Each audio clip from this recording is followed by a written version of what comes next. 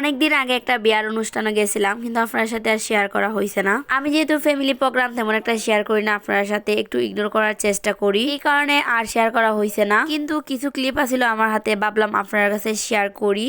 এটা ছিল গোসলের প্রোগ্রাম, যেখানে আমি ইচ্ছা মতো হাতে রং দিতেছিলাম, তারপর আবার ধুইয়ে নিছিলাম। এখন কেন জানি কোনো বিয়ার অনুষ্ঠানে যাইতে মন চায় না, আবার গেলেও সাজুগুজু করতে মন চায় না। এক কথায় কোনো ঘুরতে যেতে গেলে আমার মনে হয় অনেক প্যারা মনে হয়, আর খুব বেশি টায়ার্ড মনে হয়।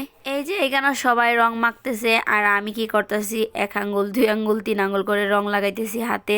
সবাই কত সুন্দর সাজুগুজু করছে, শাড়ি পরছে, কিন্তু আমার কেন জানি একটুকু মনে হয় নাই ইস আমিও একটু শাড়ি পরি। যাই হোক, এখানে ফটোশুট চলতেছিল, আর আমার সাথে সাথে দেখা যেতেছে সবাই রং নিতেছে।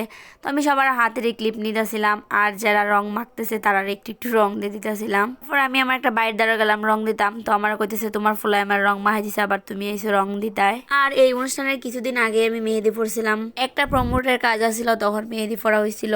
যাই হোক, এখন তো বিয়ার দিন মানে ফটোশুট, তো ফটোশুট করতে করতে অনেকটা লেট হয়ে গেছিল, প্রায় সন্ধ্যা হয়ে গেছিল, আর অনেকটা অন্ধকারও হয়ে গেছিল। যদিও আমার কাছে মনে হয়েছে সন্ধ্যা হতে ভিউটা আরো বেশি সুন্দর হয়েছে। এই যে আপনার কাছে টায়ার্ডের গল্প করতে করতে এখন আমি ভয়েস দিতে গিয়ে অনেক টায়ার্ড লাগতেছে ইদানিং, অনেক অনেক মানে প্রচুর প্রচুর কাজ করতে হয়েছে, প্রচুর ব্যস্ত ছিলাম, প্রচুর দৌড়াদৌড়ির মধ্যে। তাছাড়া হালকা ঠান্ডা পড়লে গলাতে ভয়েস বার হয় না, প্রচুর পেন নিয়ে বাচ্চা আছি।